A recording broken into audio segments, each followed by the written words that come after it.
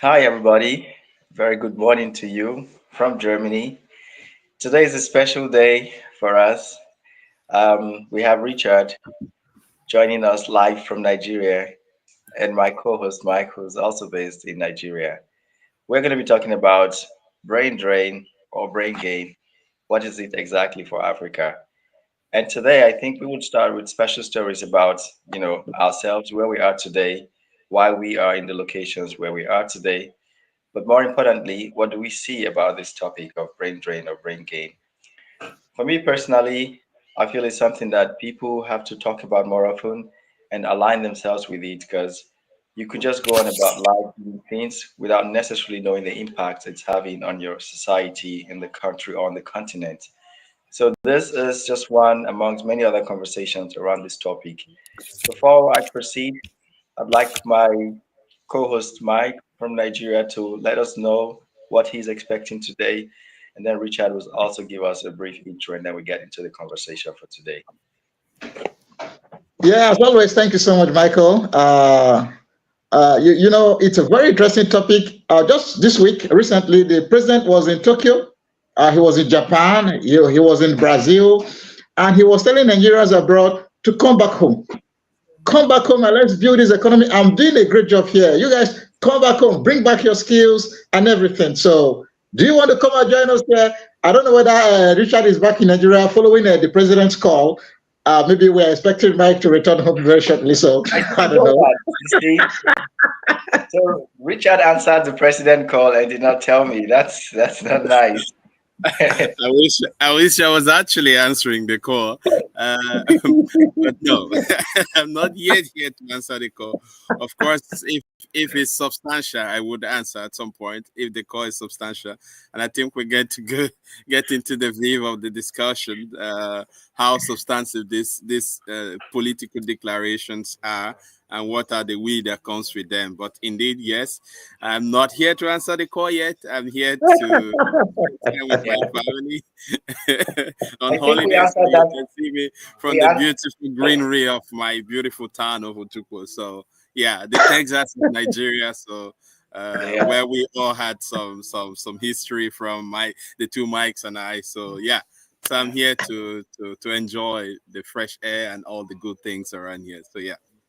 If I knew Okay. you were going home too, I would have also gone so that we just have this live straight up from Texas, right? Yeah, exactly. Yeah, we can answer the call.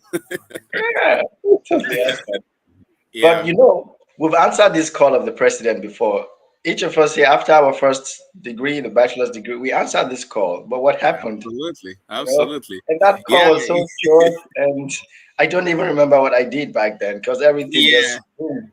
You Like, know, the thing is, it's not even answering the call; it's us making the call. We made the call. Can you have us? And they're saying no, no, no, no. All they put on conditions that are not very welcoming, and people, on the other hand, because they want better situations, they want better conditions, they decide to go abroad or something like that. yeah, I mean, everyone who goes abroad has his or her stories and something that comes around it. But yeah, Mike, you're completely right that we have answered this call before, and we continue to answer. Young people here and there continue to answer this call. But is the is the country ready to pick up the call? Young people continue to make the call, but are they ready to yeah, pick up the call? That's where the problem is. So yeah. Yeah. yeah. Okay, but the president did not get to Europe anyways. If he was touring other over the world, I didn't see him in Europe or never heard. The last time I checked, um, was the Chancellor of Germany going to Nigeria to negotiate for skilled workers coming to Germany from Nigeria. So, could you tell us a bit more about that, Mike? What the president's intention actually is? Like, was he going to speak to Nigerians living abroad to come back home? How? Just give us the details, please. Maybe this would be a good place to start from. Hmm. Okay. The president's trips abroad is always about going to attract foreign direct investment. Basically, that's what it's all about, to go and attract businesses back home. But Yeah. I stand to be corrected. It has not been very fruitful, but because I don't know, it appears the destination has not been very promising in terms of the business environment and our inconsistent policies because of the challenges of repatriation and all the other realities of ground. So the trips are there, we're making all these travels, but we've not been able to really attract those the foreign direct investment. Other African countries, I think we are about fourth or seventh on the list in terms of foreign direct investment amount that has come into Africa and the distribution to countries. Where you compare countries like Egypt, the North African countries, even Ghana, and all that. So I think so. I don't know why the president is calling you at this time. Yeah. By the way, my mom says greets to all our listeners and all the people. So my mom is saying hello, by the way, because as you know, I'm in my home. Oh, Uh, yeah. Anyway, I don't know because the thing is about somehow again, as I mentioned, when you make these declarations, it has to be followed with concrete political will and conditions on ground to allow for those foreign direct investment to come in. I mean, you and I are not oblivious to the fact that there are many security situations in Nigeria that scares away a lot of people. Even for us who are Nigerians, when we want to come back home, there's a lot of people who calls to us and say you have to be careful. There are places you cannot go and things like that. As a Nigerian, you are already scared to go to your own home. How much more a foreigner who wants to invest his resources or her resources in your country? So yes, those calls are being made. That's true, but then there have to be concrete steps on the ground to ensure that those the people who come to invest in your country are Mm. So there we have some issues with Richard. Yeah. Go on, Mike. and now not just to provide some perspective know again, that. Michael. Why we call it either brain gain or brain drain because it's like a double-edged sword. Now, Yeah. based on statistics, right? From University of Lagos, University Confirm. of Ilorin. I think you finished from there. Yes. Obatoni Awolowo universities and all of that. On the average, about 45% of their lecturers have resigned and moved abroad. So Middle Oh, East, really? Saudi Arabia, Europe, and America, North America, and the rest. So they've moved. Also, from the Medical Association of Nigeria, a total of about 75,000 doctors had been registered. But as we speak, we have about 25,000 to 30,000 here, about serving a population of over 200 million people. Based Mm. on WHO record, it is supposed to be a doctor to about 600 patients. But as we speak, in Nigeria and most parts of Africa, it's about one doctor to between 3,500 to 10,000 patients. This is made worse when you go to rural areas with limited access. So, which brings about a medical emergency, if you want to say. So, but you look, when you look at it, and then we also look at the side of remittances from both of you guys there, and exchange of building the business bridges, diplomacy, making it possible, putting pressure on government to influence certain policies, and all the other benefits which you also bring. So, but when you look at it, like the question rightly said in the caption, how much is too much? I think that's the main thing here. Yeah. Yeah. Yeah, I mean, Mike, you can go, but I can also No, start. I please mean, go. How much is yeah, it's a good question. It's a good question. How much is too much? Yeah. Uh, I mean, every country does need skilled workers. Every country does need skills personnel and experts, and every country needs to provide the condition necessary for those skilled personnel to be able to exercise their skills. You talk about doctors. I mean, if I'm a doctor and I have to work in a developed countries, I don't have to worry about resources. I don't have to worry about equipment to be able to treat my patients. Here, we consider doctors as lifesavers, but those doctors need medications. They need instruments to be able to perform operations. If they cannot get it and someone loses his life, they would say, the doctor did not do his job well. But no, the doctor did his job well, but he doesn't have the resources, the materials necessary to be able to do that job well. And people don't even mind lynching that doctor for not performing, for not saving the life of their own brother. They have forgotten that the life of their brother is not in the hands of a human being, there are materials that are needed to do that. So when you find yourself in such a condition, that's one. And then two, what the doctors there, I know of many doctors who go on begging. I mean, they cannot fund, or they on their own charges, because as I mean, their salary is so meager, and so they have to jump from many hospitals to the others. They create their own hospital. I know that in Nigeria we say that the doctors, they focus more attention in their private hospitals than they do in the public hospital. Yeah. Unfortunately, true, but there are explanations, right? It's not like I justify those explanations, but it does exist that the conditions that are put in place are not conducive enough for people who are skilled to exercise fully their expertise. And so they always tend to look for better alternative or better conditions where they can exercise that. And migration seems to be one of those. Yes, how much is too much? I think in any case it's too much. But then we cannot negate the necessity of brain exchange, or how do you call it, intellectual exchange, because this enriches the capacity of the country. What I know now for living abroad, I wouldn't say I would not name if I was living here, not because they are more intelligent than us, but because I've been able to uh, cross check and cross interface the different competencies that I have with other expertise over there, that I'm able to now filter out what is important and what can be relevant to my country. And so each time I have this new expertise, I want to see it replicated in my country, and I want to bring it back. And this is why I come home as often as I can, you know. But then we cannot close the door to those exchanges. It is what happened after that makes that leads us to the question of how much is too much, you Yeah. know. And so, yeah, I mean, we can dip in further on that angle, but I think, yeah, those exchanges are necessary for intellectual capacity development, for the development of the country and the people. But then we need to see what is the return part of that exchange that is happening. Yeah. Yeah. No, Richard, you really touched very key and deep points there. And I would also like to build on that. Just last week or 2 weeks ago, I made a video with um, a guy who is an expert in migration securities, humanitarian services. He has a background in nursing.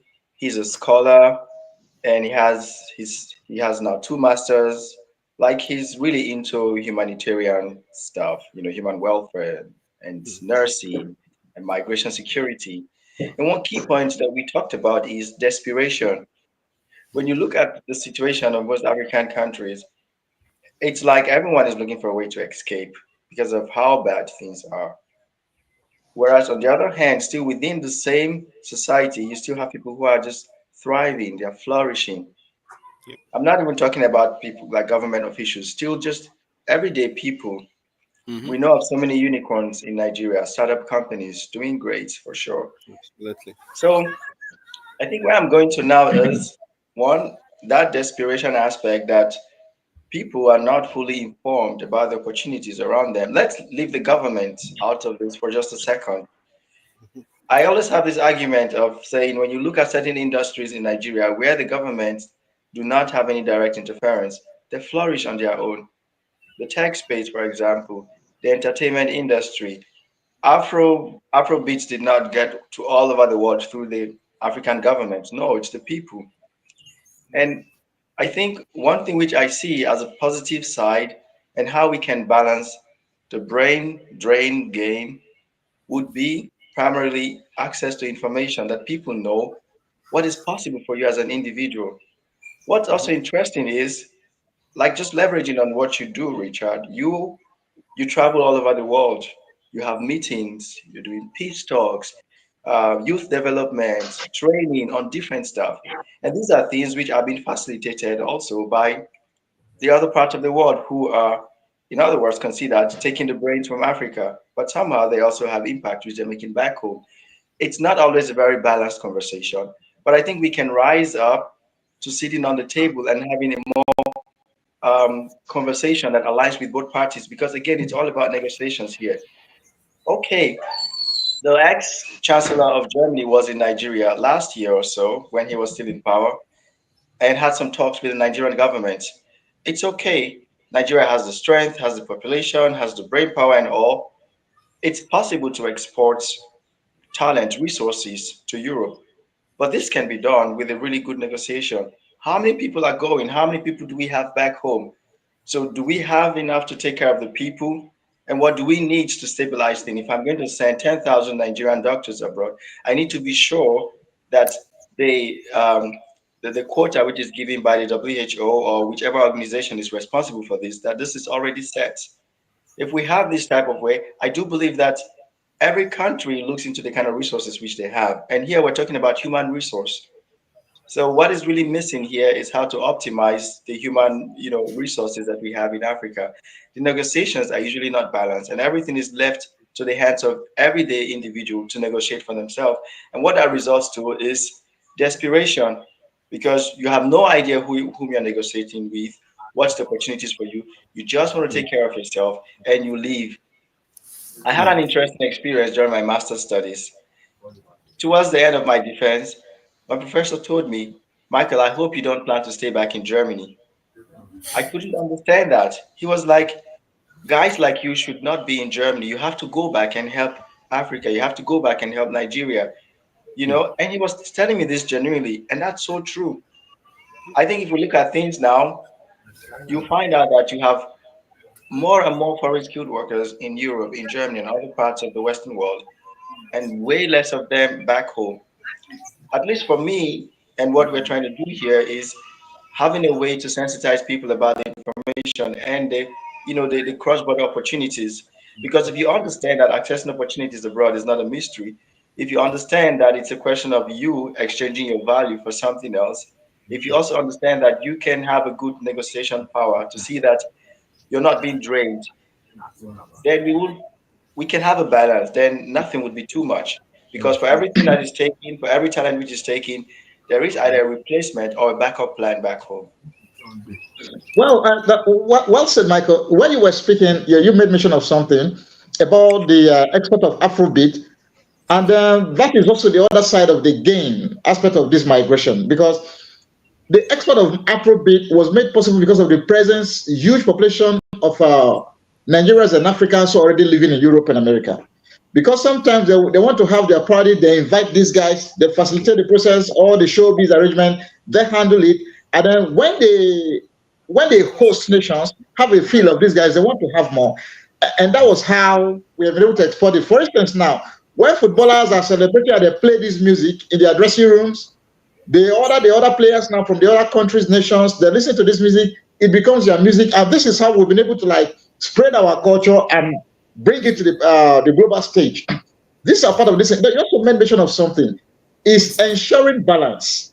For instance, now, we have, how could you allow about 45 to 50% of your university dons, lecturers and professors resign and travel abroad, and you're not bothered?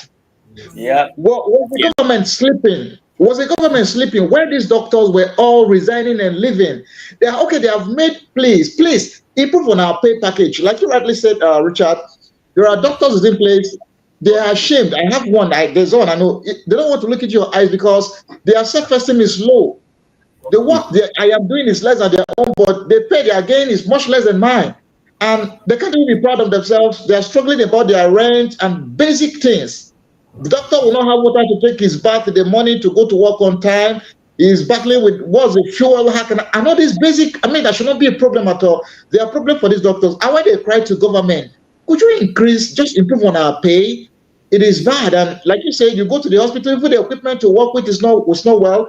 And every day patients keep dying in your hands. And I can do better than this.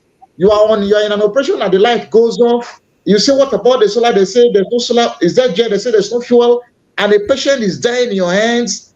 And this is traumatizing, even as a practitioner. And all of these issues. So it's not just about this person wanting to travel really for money. There is a combination of factors. You're in the hospital, and then you hear that bandits came, and then they kidnapped both patient and doctor, and all these stories. So it's not just about maybe money or improve standard of living, but these guys are frankly are genuinely also frustrated. And Yeah. what still is the fact that the government, they don't seem to be concerned about how they feel or the state of things, and which is why before you know they close their eyes, and as they're opening their eyes, 50% have left, 50% have left, and you are having, and it's terrible. So that's just to further allude to what you all Yeah. have said. Yeah.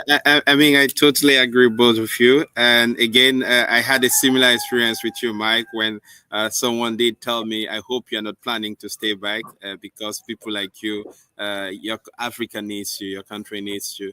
And I completely agree. I mean, in all humility, I think I have competencies that are very relevant to the situations that are here. But then again, as I mentioned earlier, we are making the call. We are calling to the country, but the country is not picking the call. In the Yeah. sense that sometimes you propose options, you propose things that want to improve the lot of the country, and then you are stuck in so many bureaucratic processes and Yeah, things that yeah. that blocks it. And if you have to unblock it, then you need money to unblock that. I don't need money to unblock anything in France where I live. I don't need money to, as long as the processes are clear and I follow the processes. I don't need to talk to any lawyer, any somebody somewhere who will go and help me talk to someone who knows someone. So if the Yeah. process Yeah. is seamless, so I can go with it.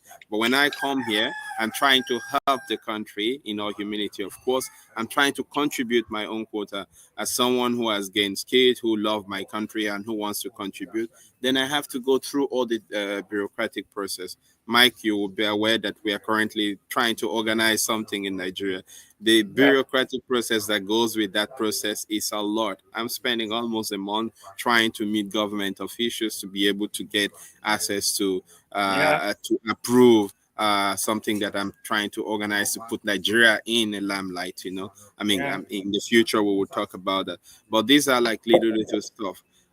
Again, the issue is you talk about government closing their eyes and letting skilled worker live.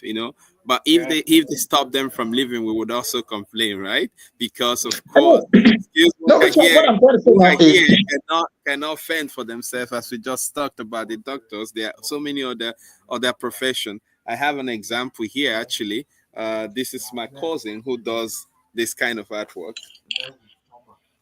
I don't know Yeah. if you see it. Yeah. You see Yeah. it? that's Yeah. beautiful. That's someone who did not go to an art school to be trained. It's just about passion. He started to Wow. draw. He started to look at things, images, and want to put that. He makes really wonderful profile, but he cannot live on it because he Yeah. cannot sell those products. I mean, again, Mike. You mentioned something earlier that there are some who are making it, some individuals, not necessarily government officials. I Yeah. was in Lagos in VI where someone was selling just a little, maybe half of this artwork, you know, and because it's in a high end area, and we went there just like a street market, and we asked how much is that? Oh, 70K, and like the guy just paid without even asking. In Nigeria, we know how to negotiate. But then he's like, 70K for this skill is nothing because he came from abroad. He has the means, he could pay. But here is another person who also has similar skills, but because he's not faced in the contest or in the place where he has the audience that can afford it, he cannot make a living with it. So I'm trying to promote his work now to see if I can get him some support and link up to be able to use his skill. Sure. But if this guy, I promise you, if this guy goes abroad, like out of the country, just 2 3 artwork will be able to pay his monthly bill. Yeah. Just 2 3 will be able to pay his entire monthly bill, and not to Yeah. talk of if he does 5 6 7 and becomes more professionalized. So you see, when you are in a country that does not valorize your competencies, or even if it valorizes, does not pay you sufficiently enough, that equates the level of your competencies or the contribution that you make to that society, you tend to look for somewhere else. You know, and I think where the problem is where there are more skilled people living than more are being trained. You know, That's very I correct. think I think that's it. where I think that the question of how much is too much comes in now. Yeah, That is that's where where the how question much of is how too much. much comes in. Yeah, because I Yeah. think it's a good thing that we have skilled workers, skilled competencies that are leaving. We can say we are expatriates, we are contributing to developing other countries. That's a good thing for our country. But where the problem is, do we train enough to supplement those who are leaving? Yeah. Uh, Yeah. uh, uh, because when they leave, whether you like it or not, there are remittances that come back to the country that helps to develop the country. So those remittances is what is helping. If you look into our GDP, the level of remittances that come is equal to almost No, closer after the as oil a matter revenue. of fact, Richard, I understand that annually, that what those in diaspora remit, it's about 20 billion. I mean, about $20 billion comes in annually from Exactly. those It's a that, huge yeah, chunk of the GDP. It's a huge yeah, chunk of the GDP. So yes, yeah, it's good for the country, but again, is do we supplement them enough? That's where the how much is too much it comes in, because we Yeah. are not supplementing them enough. I mean, in most of the public schools where you have good medical schools, they are always on strike in one way or the other. So before you yeah, can produce a doctor, instead of 6 7 years, it takes you more than 8 years or sometimes 10 years for one doctor to get out.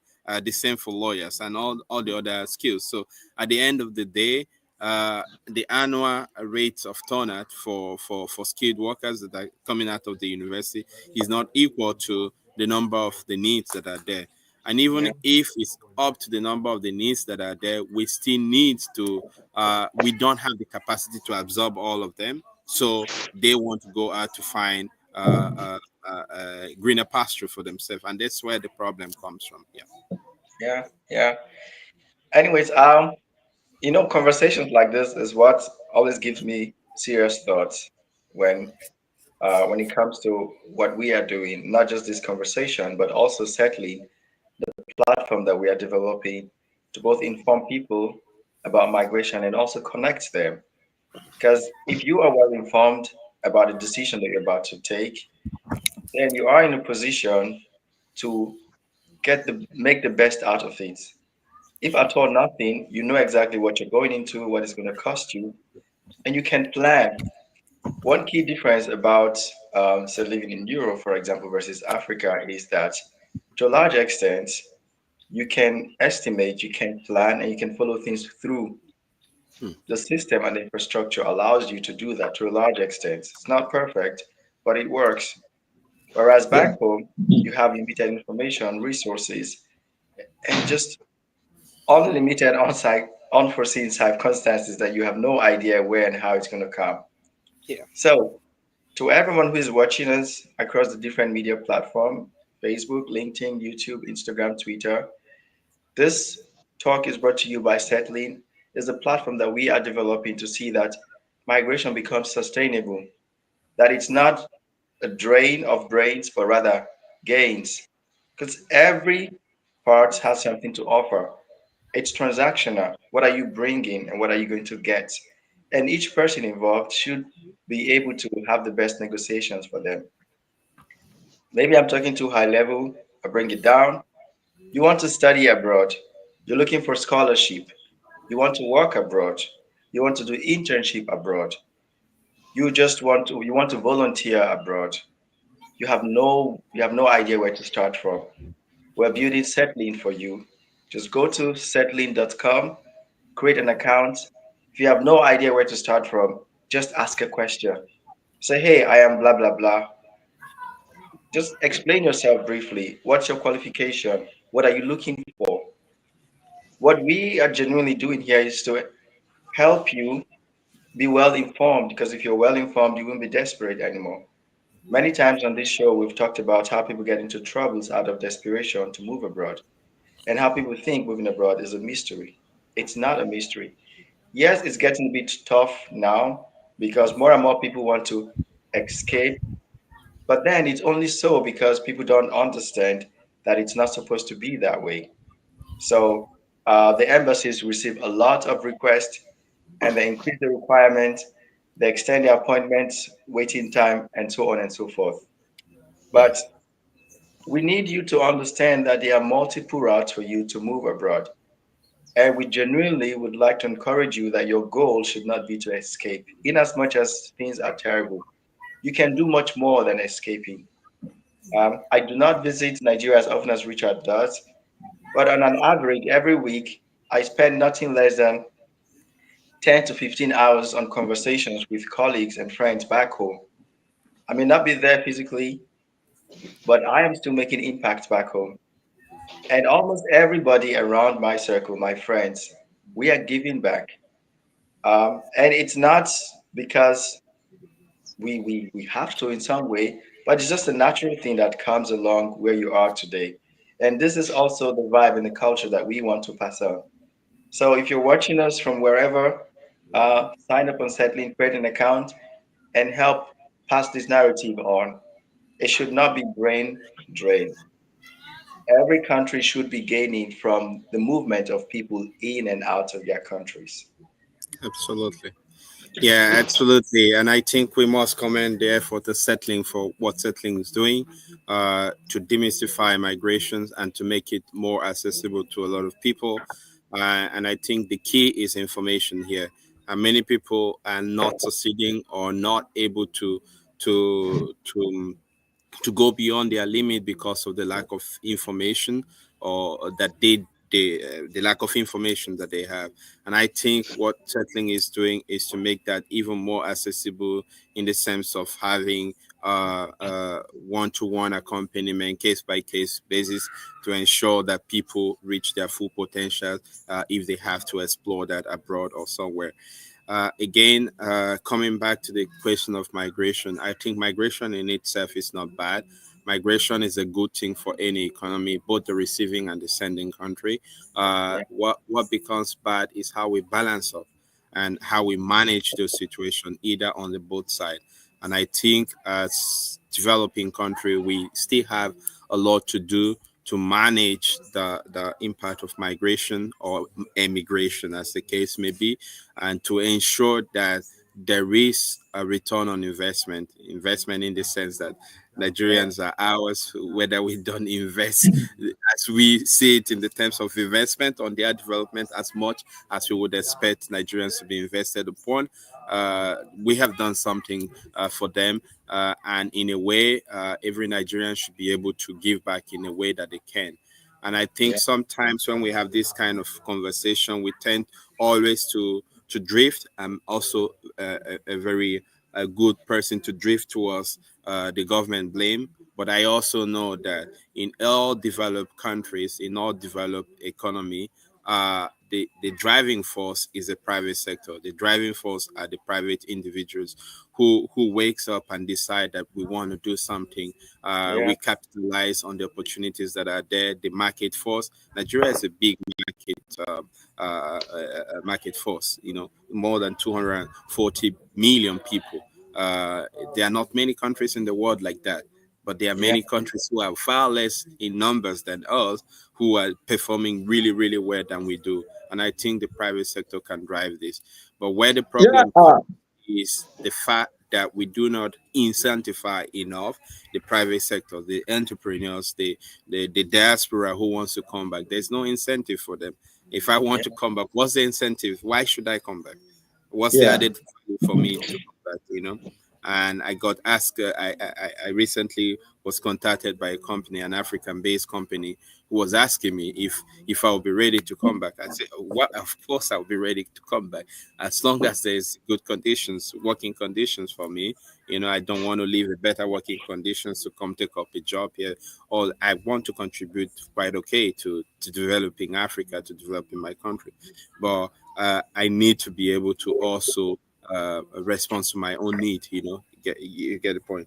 So I think as a country and as a region, as a continent, we need to intensify the return, the return of diaspora to contribute to their own country.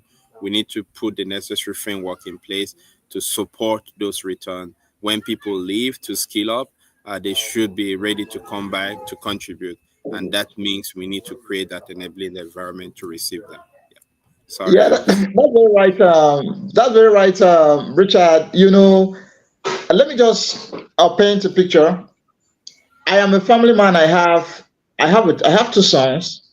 Now, maybe I have neighbors.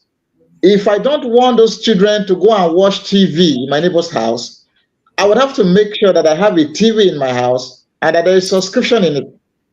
Yeah. Absolutely. Basically, this is just basic. Now, if you don't want, because this, like I said, most of these doctors wouldn't have traveled if they have things going well for them back at home, or the lecturers and all that. Yeah. From ASU strike to government bringing about pseudo ASU, university unions. If you have ASU, once the ASU is trying to have a voice, they will go and create another one that will neutralize the impact of ASU. The government spends so much time destroying things than building. Yeah. So when people are frustrated, you know what happens now? The triple, is it triple F? When things are going bad, what human beings do is either they fight, freeze, or fly. Yeah. So the principle of that concept. Now, when people are faced with these realities, maybe they have tried to fight, they couldn't fight. Should they freeze? It's not an option. So the next thing is to fly. Yeah. Yeah. So if I don't have this TV in my house where these children can watch programs that are of interest to them, I can't keep them. I can't keep them. So this is just fundamentally the issue. Majority of Nigerians, we love our country so much, but even when they travel, their minds are always back at home and all that. Even when they're adding value there. Living So they example. want to, yeah, you almost said that's you here now. So they want to make things work. But let me tell you an instance. I have a background in the non-governmental sector. We got some funds from ECHO, Europe. They wanted to do something in Kaduna State. Now, to get this program started, the fund has been approved. MOU were being signed. To meet with the persons responsible was a hell. And they were giving us stringent terms and conditions to be able to provide humanitarian support to troubled communities in Kaduna State. Yeah. To the point that we were becoming frustrated, to the point that those who were making these funds available were like, you're the one who is hungry. I'm bringing you food. I don't know that, and you're making life difficult for me. So this is the situation. I don't know. The government is not. Yes, we know that as citizens we have our fault, but sincerely, to be very sincere with you, everything rises and falls on leadership, and from the fiscal and monetary policies and all that. Even if you want to start an investment in Nigeria now, what you will go through, it's like you will start regretting it. So we have to get it right with leadership. And then hold people accountable. Once you get the leadership right, every person good. Talking about skills and transfer of capacity and skills, that was how nations like China came to where they are today. Because there must be migration, even from the time of from the Bible, God had to even ask some persons, live, migrate. The likes of Abraham, he said, leave your father's land. Yeah. Okay, the likes of Jacob, and it's a long list. Live, asking guys to live, to migrate. So migration is part of human history. But now, when you are resisted from adding value, it's like this: come into my life. I've got so much love to show you. Come, mommy, come in. I've got so much to offer you, but the person is not opening the door. So a lot of Nigerians they're just looking from overseas and are kite. Like this was saying, how I wish you will come to the mountains and I say, how I wish you could allow me to come and just perform some miracles. So a lot of Nigerians are having this feeling, but when they look at the indicators, and before you do investment, you have to do a risk management where you do all of these things. You just I think it's just better I stay back. So you are like Jesus weeping by the side, but not able to enter into the city. Like now, when the president traveled to Japan, they said they have set aside a city for Nigerians who want to travel in to come in and do whatever they want to do. Nations are opening their listen, but if we should be talking of people immigrating into Nigeria also, like our custom, whatever, should be very busy. If the economy is fine, the other day, even in African countries, Ghana was chasing Nigerians out of Ghana. They said Nigeria must leave. I know it's not going to Europe yet. Yeah, it's kind of funny. It's an irony because it's the same thing we did to Ghanaians years ago. Yeah. And now, so that's to let you know how bad things have gone. To better their own lot. Now we are the one going over there, and now they are doing the same thing to us. Yeah. Yes, it is so because a dollar to the Ghana city is about 11 Ghana city, 11 Ghana cities. and a dollar to the naira is about 1,500. If you are an investor, when it comes about repatriating your funds, where would you invest? Yeah. Yeah.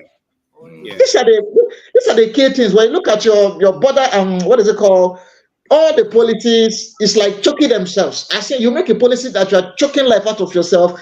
I think Yeah. one thing about leadership is not your ability to move forward. It's also your ability to move backward when you can no longer move forward. But you don't have Yeah. to just like hold yourself hostage. And all this is so. These are the facts. So Yeah. it is brain drain. It is brain drain when, for instance, now we have somebody who should be working in Nigeria. He travels to Saudi Arabia, and then he's working so much at even not a very good pay. This person is not happy working there, but there are one or two things are working better for him there, and then he just remains there. There are Nigerians also who are working in other countries who are not anywhere they should be earning based on their Yeah. qualification. Yeah. It is also brain drain when you invest. How much you need to invest on a doctor after training this doctor in Nigerian universities, and then this person leaves? You have lost that the whole of that skill. That it is brain drain when you have invested so much in somebody who studied to the level of professor, and then he leaves. All the investment in that person is lost. It becomes drain. There's no gain for us. It Yeah. becomes gain when you travel to Europe, when you travel to America, when you travel to the Middle East, you acquire these skills and you brought it back home. It becomes a gain. It's Yeah. like Yeah. death. When somebody dies from the earth, it is a loss, but to heaven is a gain. Yeah. So this is I how mean, this thing. I'm sorry to caution. It could be a gain if you have a space to contribute those skills. It's not Yeah, about training and coming back home. It's about yeah, training and being able to use the training in the country where you're coming to. But yeah, when these people come back, they don't have the space to exercise their expertise. So we have not gained. We have just acquired some asset that are yeah, dormant, and we yeah, yeah. don't want dormant asset. We want expertise who can contribute to developing the countries. And for that to happen, you need the necessary conducive environment to be able to Very good. exercise. And that's not Very happening. good. So we will go out there, get the skill, bring them back. But how do the country gain when they cannot Yeah. contribute? On the other hand, when the people migrate, they've gained the skill, they migrate, they're working in that place, contributing. It's a drain to our country, but financially, in terms of remittance, it's also a gain. So I mean, we need to look at the pros and the cons, right? I'm not saying we should all allow all the skills workers, all the skills expertise to move abroad. We need them back home, but the country needs to put in place a political will to make them to use those skills. I know of a country, I think Portugal, who has recently created a job seekers visa because they Yeah. want skilled workers to come into their country. You don't need to have a job, you just need to come and look for the job with your expertise. When you come, you within 1 year you can find something. That's because they want to develop their own country and they don't have enough expertise. This is a political will that want people to come in to help develop their own country, so they are creating the conditions for it. If we and they give you even training to help you be able to I'm get sure. integrated in the society, to find a Now, job that you need. now, Richard, this is But what we we talk about. No, so, very sorry. Now, this is where leadership comes in. Now, sometime Michael was talking about the program in Germany. If in Germany, he said on the national budget they have provisions for migrants on their national yeah, budget. So Yeah. they have an arrangement for you where you come in, what you can do, and all that. So creating, like you just rightly mentioned, the enabling environment for people to come in. Yeah. If people look at the conditions of this, whatever the program you are running, and it's not favorable, they still won't come. So governments who know what to do, they make sure that they answer all the possible questions that intending migrants would want to ask. They ask yeah, themselves, yeah, criticize themselves, and then make these things work. And then they attract the best brains. But even you, like you said, when you travel to other parts of the world, Europe, Middle East, America, and then you acquire these skills, most time to come back, it becomes and make yourself useful. Like you said dormant skills. I think that's the word you use, dormant yeah, skills. yeah. So now, people, how can we improve on this situation? What are the ways forward out of these things? Because these are the issue. What are the realities? What are the ways that we can turn it into gain and less of drain? And Yeah. how can we turn it into more of gain and less of drain? This is Mm. the reality. Yeah. So Yeah, maybe let me come in here for a second. Yeah, to David, yeah, Portugal, job seeker visa. So there are actually lots of countries in Europe that offer the job seeker visa. It's Portugal, Sweden, Germany, and it's a whole list of them. Germany has even gone even to the extent of including opportunity card visa, so that allows you to get into the country between for up to 6 to 12 months and look for a job. And when you come, there are actually plans and strategies and programs to help you land that job. So if you're interested in that, you could check some information on Setlinn to find out. Um, but coming back now, because I am always someone who it's like, oh, now we've listed the problem. What next?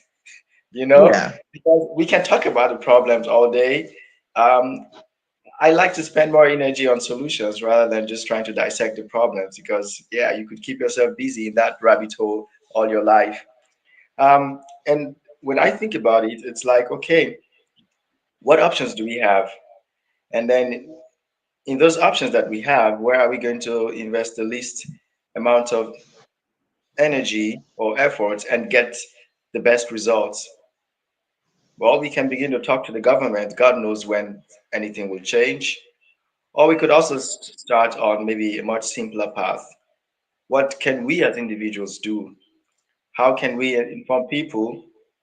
Um, and I think this is where the whole sustainable migration comes in, because it has to be sustainable. Otherwise, then the whole drain comes in.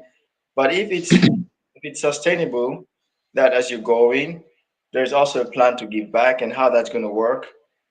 Then we talk more about gain rather than drain. I would like us maybe to think about for a second, where do we start from? I imagine a couple of options. People who have not traveled yet. For those ones, it's a lot difficult to begin to tell them about sustainable migration. So I would leave there for a second because it's like, what are you talking about, dude? Like, seriously. So let's leave this for a second and now go to so maybe like people who are already abroad and settled. We know the challenges that they face, and one, the security, there is inconsistency, you cannot plan, blah blah blah. When we list all those things, we ask ourselves again the question, where can we start from? There has to be something. um, and I am looking on the path of one that's leveraging on some kind of programs or plans that you can have control of. I'm a big fan of doing something digitally, because the more on-site you do things, the less control you have from your location. And if you're someone who's trying to make impact and you can't control things, then you become easily frustrated. So I think just on a constructive path, where I would like to start from would be for people already in diaspora, living abroad, you're settled, you have to begin to ask yourself, how can you start contributing in a way that you will not drain yourself, but you can still make meaningful impact? Because at the end of the day, what is the joy in everything that you've gained if you cannot really give back to some extent? Because I think the wealth of each individual is not measured by how much they have to themselves, but how much other people can benefit from them. And I don't have all the answers, but I would think that this would be the right place to start from. And again, we can see some examples within the African space, the Nigerian industry, that have flourished completely independent of government interference to a large extent. So if that is possible, then it's also possible here what we're talking about. How can we Yeah. begin to give back gradually but progressively? Yeah, thank you, Mike. I think you did hit the nail on the head, and I did mention earlier also that many of the developed countries that we see around the world are really private sector driven, and I think and most of them can also come from foreign direct investment or even individual investment that people are making. And I think the diaspora community have a lot to do. Yes, government have, of course, sufficient role to play in whatever would happen. But I think the key question that every one of us who is living abroad or every one of us who intend to move abroad is, how do I want to give back to my own country? And that Yeah, starts by the little contribution that you want to make intellectually. You could create a small focus group where you are giving mentorship or advising young people or on how they can do sustainable migration, for example, or on Yeah. how they can develop their skills. I talked earlier about my cousin who did the artwork that I showed in the earlier. For those who have not seen, I'm showing it again. Yeah. you know, I talked earlier about how he can leverage because he's been making so much effort to get this across. And I said there are ways that you could do it, and I started talking to him the Facebook marketplace, the different options of networking where he can showcase his work, Yeah. that could valorize his work and all that. This is way Yeah. that I could mentor him a little bit to get him on the business path. The second thing we can do, we can build diaspora networks that kind of support local entrepreneurs in different communities. Yes, you have this case, you're using it abroad, and you're getting paid for it. But you can also say we want to help our own local entrepreneurs to be able to scale, and Yeah. so build those small networks. Diaspora network that can contribute in different ways to the skills that are lacking locally. And as you said, Mike, digital is the key.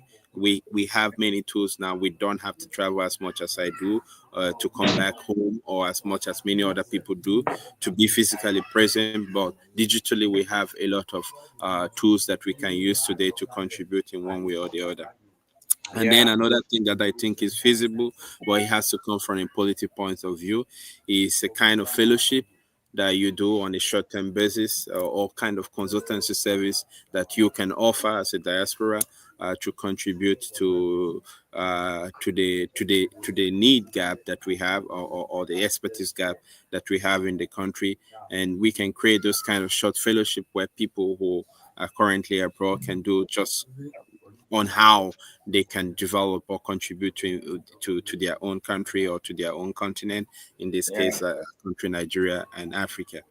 But again, even though I still do not agree with the fact that government has a blame for everything, I still think government have all the tools that it has to really, really create an enabling environment for things to better work, as you see from other countries that we cited, Portugal, Germany, Sweden, and the rest of that, who are creating conditions to better the lot of their people by making people coming to work for them to help develop their own economy. And I will leave with the last anecdote, or the one of the things that I face most time when I travel is the fact that I'm faced with a lot of bureaucratic and administrative bottlenecks that I have to succumb because I'm a Nigerian, And one of the simplest explanation they give to me is your country do not have bilateral agreement with us, so I would tend to have to fight all the processes myself because there are no conditions that have negotiated favorable conditions for Nigerians. So each time Hmm. you go there, you are melted with the harshest conditions possible in terms of Yeah. administrative process, and you have to leave it all by yourself. But we have our leaders who travel there back and forth all the time, who sees these things and who can actually ask to meet with the government and see how do we negotiate favorable conditions for our own Nigerians, and to help them to facilitate processes for them. But we don't do that. And so I think that this is a necessary part that we need to go. We need to negotiate better conditions so that even when people, we can train. I know I see, what the industrial training fund at ITF, I think is ITF, something Yeah. that has to do with the technical skills. I think Yeah. Yeah. recently they're trying Hmm. to launch a kind of training program where they're training skilled workers to send abroad. And I think that's a misplacement of priority. You are an industrial training fund for your country, not an industrial training fund for another country. Why is Yeah. good? Because I know there is going to be the remittance that come from sending Nigerians abroad. I think it's also necessary that you begin to identify the skills that are lacking in your own country and train people to fill up those gaps, rather than say we want to train people that are employable abroad. That's you are serving the foreign market and not your own market. So there's no way we can develop our country by just focusing on training skills that are exportable without thinking of training skills that are usable in our own country. And what we do in France, most of the training programs, usually what companies do is they go to the institutions and say, these are the skills we need in our company. Can you train or create courses that responds to this skill gap? And the Yeah. university kind of tailored their training to fill up those gaps so that when students leave the school, they are easily employable. But here we Yeah. just have one curriculum. It's like that, and there's no branching or there's no modification possible. This is the competency that we offer, and so you just gain that. But then, how is those competencies transferable in the job market? We don't think of those, and I think that's what we need to be thinking of the outcome at the end and not just the process. We think of the process, but what is the needed change that we want to gain? So universities must begin to adapt their own curriculum such that they are responding to the needs that we have and not just training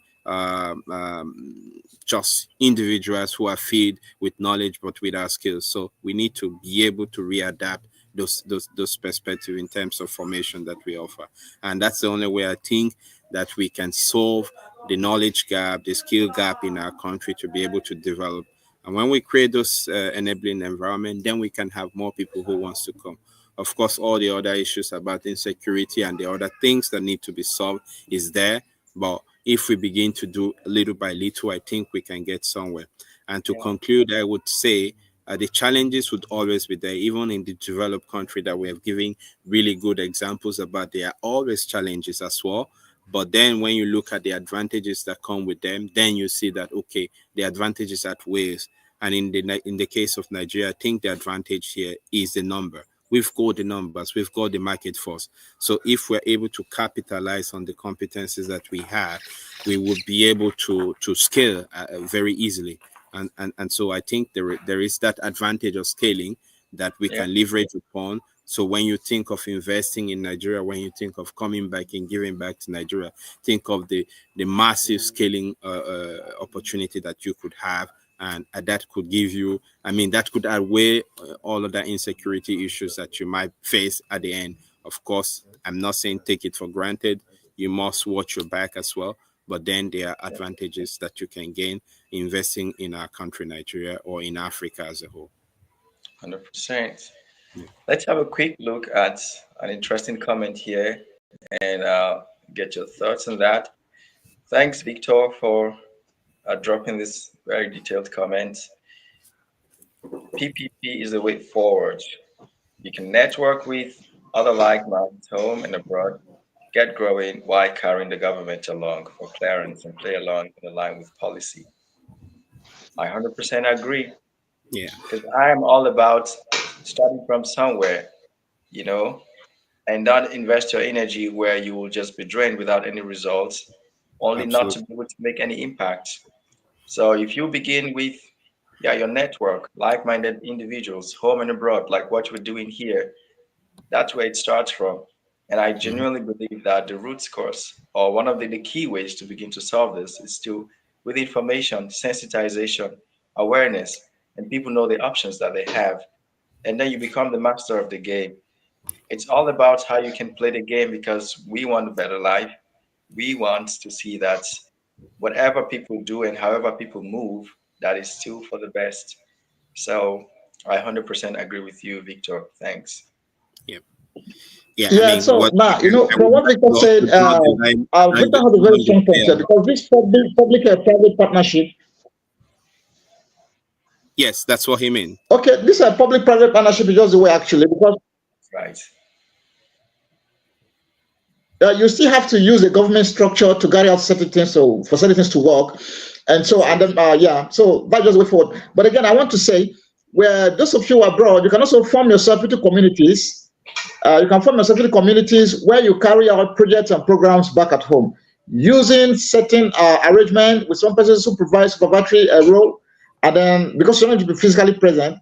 For instance, there are some people from Otukpo who went one school. Is it for the for people with handicap, the blind school, people with blind school for the blind?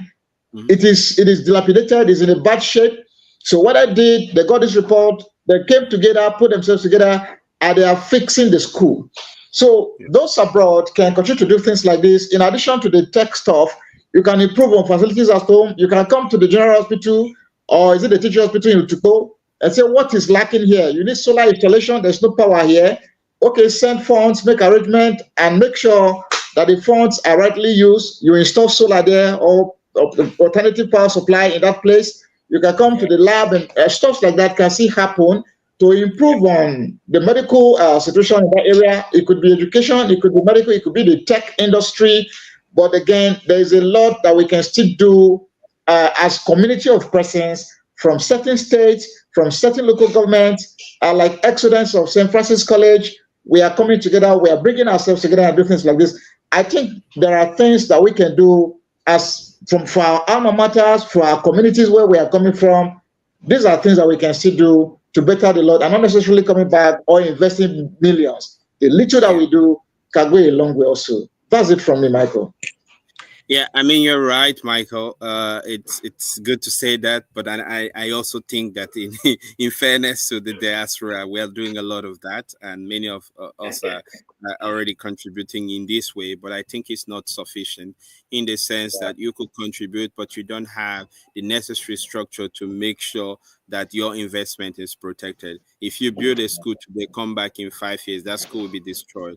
Why? Because there are no structure in place to ensure that people maintain those structures. There are no maintenance policies in place. And these are not things I would put my money and then still put my money Yeah, in I think for. for what you're saying, it's just to work on the structure. Let it be So better structure. And the just improve on structural the part structure. is still necessary. The structural part is still necessary, and government has a role to play in that part. That's one. Two, I think also you talked about the diaspora community teaming up together. I'm doing a lot of projects with Mike. Mike is based in Germany and based in France, and we are doing a lot of things together. You are here in Nigeria. We're doing a lot of stuff with you. You know, collaborating on a lot of stuff, and I think those kind of collaborations can continue. Those kind of return on investment from those of us who are abroad would continue, but I think we need to scale. At the level we are doing is not sufficient enough to move our country Well, from Richard, to I don't know if it's me. The voice is cracking. I don't know if it's me. I no. can't even. I don't know if It's Michael is still on here with definitely us. you. I don't know. Yeah, It's Mike could definitely hear me, you. so I think it's There's this definitely glitch. you. Michael, can you hear me, Michael?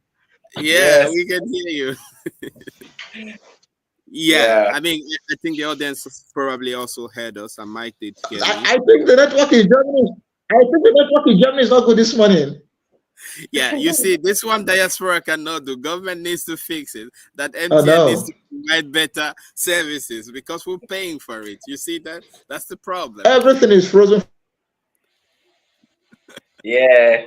But anyways, I think we could go on and on with this conversation. I'm very happy Absolutely. about the points Yeah. that we've touched on so far.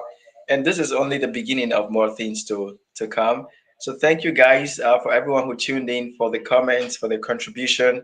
I think moving forward, we're going to make ways to see that people can actually just tune in and also speak with us live. I'm going to make sure I make provision for that moving forward in the next sessions. Richard, thank you so very much for joining us. It It's was been a pleasure. impromptu. I just jumped on you yesterday and you said yes. I appreciate No, it it, that you're always pulling up every time I reach out to you. And I'm hoping that we can also extend this vibe to other people in diaspora. And then let's see, little contribution, slow but gradually. I think we will make progressive impacts that we will also see and be very happy about. So for absolutely. everyone who tuned in from the different media platforms, we appreciate you for joining us. One thing which is also interesting about the three of us on the show today is we all came from the same secondary school. This was not planned, nothing at all, St. but it just happened Francis, naturally. And the almighty St. Francis College, isn't it?